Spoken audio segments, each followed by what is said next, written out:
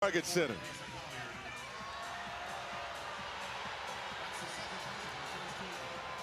And what you don't want is for people to get hurt.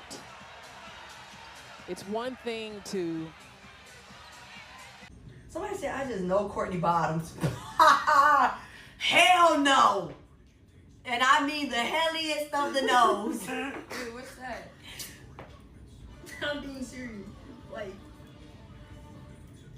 yes. Good job. And I mean hell to the helly no. No. I see I gotta draw my line in the sand here. They finna run. I gotta draw my line in the sand, baby. No. Hell no. No. Hell no. Oh my god. I don't play like that now. Strappy lappy is what it says. But like, you're never? Ever. Look, you guys, somebody. Ever what? I'm just asking you. No, they basically saying do I be doing the bending, baby? I'm not. Oh my goodness.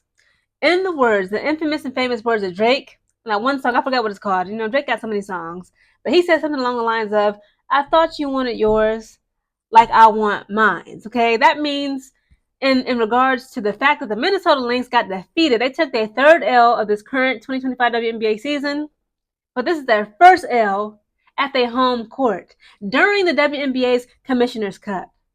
Again, I thought you wanted yours like I want mine. I thought y'all was about that bag. The Minnesota Lynx, okay, the players in the Minnesota Lynx, they swore up and down. They told everybody they about their check, they about their money, they about being a serious competitor. How do you get beat so badly, get blown out of the water by a 15-point deficit loss by the Indiana Fever at your own home court? Guys, I fear Cheryl Reeves, okay, the head coach of the freaking Minnesota Lynx, might just pull the plug on the StudBudz podcast. Because I was looking at Courtney Williams. I was looking at Natisha Heideman. Like, what is this? What is this? Guys, welcome back to my YouTube channel. I am Geneva. This is Geneva in General. And as you can see, I am in a hotel here in San Antonio in order to attend my brother's graduation tomorrow morning. Okay, finally about to graduate from BMT and join the ranks of the world's greatest Air Force. And guys, I did not expect this game to go the way that it did. Okay, I really was anticipating. I just knew that the Minnesota Lynx had it in the bag. But again, unfortunately, I was wrong because the Indiana Fever showed up and showed out and destroyed the Minnesota Lynx without Caitlin, might I add. Again, Caitlin is out today. She was out in tonight's game due to the groin injury. Okay, she has an injury to her groin and she's been out for some games. Okay, due to all types of injuries. But this game concluded, guys, tonight with the Minnesota Lynx only having 59 points. The Indiana Fever had 74 points. Now, in the first quarter, the Minnesota Lynx, this is the only quarter where they dominated. Okay, they were having their way. The first quarter finishes up. Minnesota Lynx had 20 points. The Fever only had 12.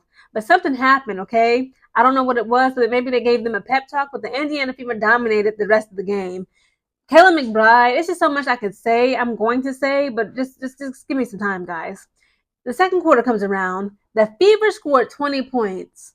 The Lynx only scored 7 points. Only 7 points. How was that even possible? I'd never seen no mess like that. How was it possible? Again, that defense was smothering, guys. That's obviously that's how it was possible. They smothered them girls. Okay, the Indiana Fever girls, that is. They smothered the Minnesota Lynx so terribly, just so well defensively. Like they would try to put something up.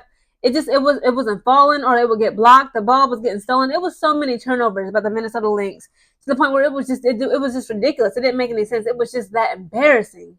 So the freaking Lynx, okay, the lame Lynx only put up 7 points in the second quarter. Just pathetic.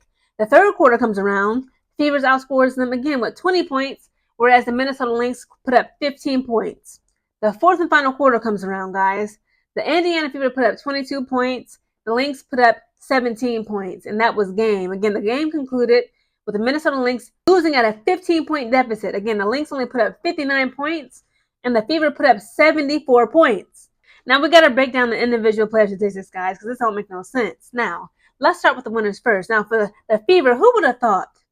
Who would have thought that Natasha Howard, of all the people, would be the leading scorer for her Indiana Fever team tonight? Okay, but that's exactly what had happened. So Natasha Howard, guys, she put up 16 points. had 4 assists and 12 rebounds. Lexi Hall put up 6 points, had 1 assist, 2 rebounds. Aliyah Boston put up 12 points, had 6 assists, 11 rebounds. Speaking of Aliyah Boston, she was kind of, she was aggressive, like she always is, like her usual self. People are calling her elbows in the league because she be, well, she'll throw them elbows in your ribs. She kind of came out in the physical color. I'm going to put in the clip. I'm going to play the video prior to my commentary. Y'all going to see. I was like, bro, why is AB always doing just a little too much? That's Queen Phee. You better pipe down. Kelsey Mitchell gave us 12 points, 3 assists, 1 rebound. Arian McDonald put up 12 points, 1 assist, 3 rebounds. Sophie Cunningham put up 13 points, had 1 assist, 7 rebounds. Sydney Carlson, the spy, put up 3 points. She had 4 assists, 1 rebound. Michaela Timpson had 0 points, 0 assists, 2 rebounds. And Brianna Turner, if you guys care, she put up 0 points, 0 assists, had 1 rebound. Now let's get into the losers, aka the Minnesota Lynx, guys. Nafisa Collier, they stopped her. They literally took her by the wrist and said, you are under arrest, okay? You're not under duress, you're not under stress, you are under arrest. They held Nafisa Collier, guys, to just 12 points. 12 points, 3 assists, and 9 rebounds. Guys, Bridget Carlton was pretty much worthless in this game. She's usually really good at fast breaks. She's really good at, giving us 3 points when we need it, giving us that much needed relief. When we are kind of stagnant, when the Minnesota Lynx, that is stagnant on offense. She played 27 minutes, had 0 points, 1 assist, and 4 rebounds. I'm literally blown away. I'm literally speechless almost as to how poorly the Minnesota Lynx played in today's game. Again, guys, this is not a game on the road for them. Yes, they've gotten 2 L's. They took 2 L's so far in this current 2025 WNBA season, but we got to keep it all the way real. They took those L's while they were on the road. Their first L was given from none other than the Seattle Storm. They was up there in Seattle, Washington. Their second L, which was crazy, they lost by like a couple points, 2 to 4 points, I believe, just a couple days ago, last week, by the Washington Mystics. They were in the DC, they were in the District of Columbia. This first L, the third L, but the first L given to them at their own home court, 15-point deficit by Indiana Fever. Nafisa Collier getting stopped to just 12 points. Bridget Carlton giving us nothing. This is absolutely asinine. Anna Smith, guys, put up 15 points. She had 2 assists, 5 rebounds. Kayla McBride, she was getting frustrated. I don't know what's going on with her. Ever since she came back from overseas, where she was at? Like Turkey or something? I don't know. She just has not found that she can't hit that spot no more. I don't know what's going on with Kayla, but you can tell that frustration is all over her. She got into it when they first got their first L in Seattle, in Seattle Storm. She kind of got into it with Skylar Diggins. She said, that's BS. Well, her jumper was just not falling. But Kayla McBride, guys, in tonight's game only gave us 7 points, 3 assists, and 1 rebound. Courtney Williams of the StudBudz, I'm going to talk a little bit about them a little bit more later. She put up 11 points, had 4 assists, 4 rebounds. Natisha Heidemann, guys, the other duo of the StudBudz. Now, let me put it in perspective. She played a total of 16 minutes, put up 3 points, had 0 assists, and 0 rebounds. Cheryl Reeves is not happy. Okay, she is not pleased and God is not pleased. That little podcast of theirs is about to be canceled. Jessica Shepard had 9 points, 0 assists, 5 rebounds. And Maria Kulundukova, had 2 points, 0 assists, and 1 rebound. Now we got to talk about the team stats. Okay, now when it comes to rebounding, and this is what again, the Fever was not playing tonight. The Indiana Fever as a team had 40 rebounds. The Lynx had 30 rebounds. When it comes to assists, the Fever had 20 assists. The Lynx had 13. And when it comes to steals, they were tied even, 7-7. When it comes to blocks, the Fever had 4 blocks. The Lynx had 3. When it comes to turnovers, Fever had 14.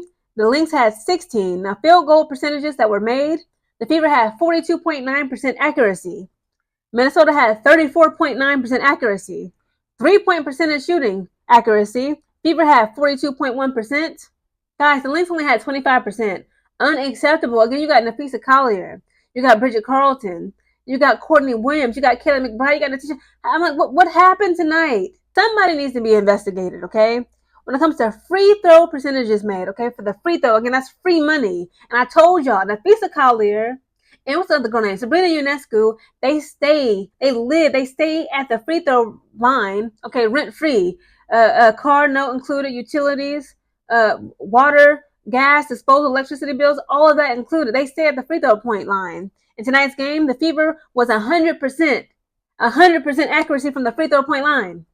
Whereas the Minnesota Lynx, on the other hand, was 78.6% accuracy. Foolishness. I don't know what to say.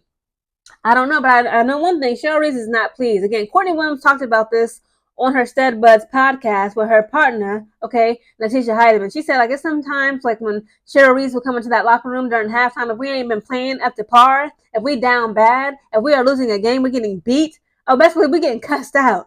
She said Cheryl Reese will not hesitate to cuss them out. Okay, and then there's other times where she's like very nurturing, she's very gentle, loving, kind of like mother earth goddess type of coach, and she'll like give them like a very inspiring speech that'll make you want to like run through a wall.